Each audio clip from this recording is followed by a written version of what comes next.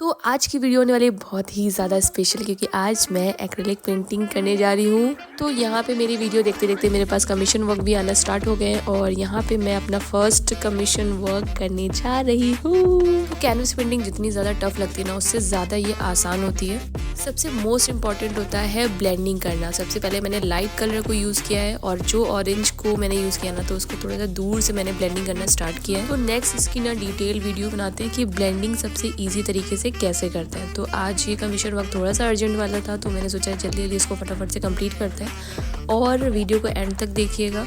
तो जो dark colour है वो मैं सबसे लास्ट में यूज़ करूँ। सबसे पहले मैंने वाइट यूज़ किया है, फिर येलो यूज़ किया है, फिर ऑरेंज एंड रेड। उसके बाद जो लास्ट कलर है वो है ब्लैक कलर। तो ब्लैक कलर करने के बाद उसके बाद डिटेलिंग पे आते हैं।